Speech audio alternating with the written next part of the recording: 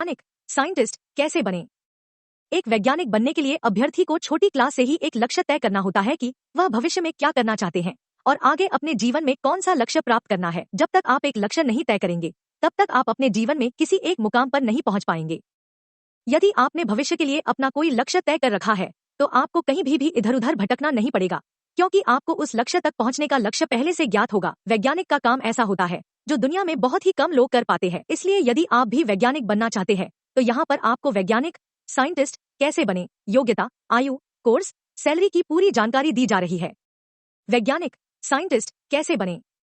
एक सफल वैज्ञानिक बनने के लिए आपके अंदर बहुत सारी खूबियां होनी चाहिए जिन्हें अपनाते हुए आप एक सफल वैज्ञानिक बन सकते हैं। यदि आप सफल वैज्ञानिक बनना चाहते हैं तो आप किसी भी काम को करने बारे में सोचे तो आप उस काम को पूरी लगन के साथ कर डालें, क्योंकि एक वैज्ञानिक बनने के लिए आपके अंदर किसी भी काम को करने के लिए लगन और जुनून होना चाहिए। आपके अंदर यह जुनून तब तक कम नहीं होना चाहिए जब तक आप उस काम को पूरा नहीं कर लेते हैं। इसके अतिरिक्त वैज्ञानिक बनने वाले अभ्यर्थियों को विज्ञान और उनसे जुड़े हुए प्रत्येक विषय के प्रति रुचि होनी चाहिए। जो अभ्यर्थी विज्ञान में अधिक रुचि रखता है और उससे संबंधित हर जानकारी प्राप्त करने की कोशिश करता है तो वह अभ्यर्थी अपने जीवन में एक सफल वैज्ञानिक बन सकता है। लेकिन इसके लिए अभ्यर्थी को विज्ञान की किताबी ज्ञान के साथ साथ प्रैक्टिकल नॉलेज भी होना जरूरी होता है।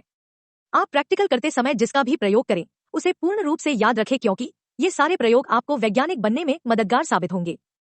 वैज्ञानिक बनने के लिए कुछ महत्वपूर्ण टिप्स।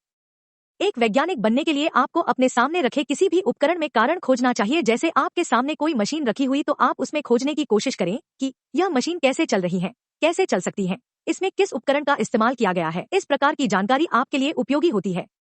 भाषा। वैज्ञानिक बनने वाले अभ्यर्थी को कई तरह की भाषाओं का ज्ञान होना आवश्यक होता है, क्योंकि एक वैज्ञानिक को कई देशों के वैज्ञानिकों से बातचीत करनी होती है और दूसरे देशों के वैज्ञानिकों के विषय में जानकारी प्राप्त करनी होती है। और यदि अभ्यर्थी को कई भाषाओं का ज्ञान होगा तो वह कई देशों के वैज्ञानिकों के उपकरण की जानकारी प्राप्त सकता है। हर रिसर्च को पढ़ने की कोशिश करें।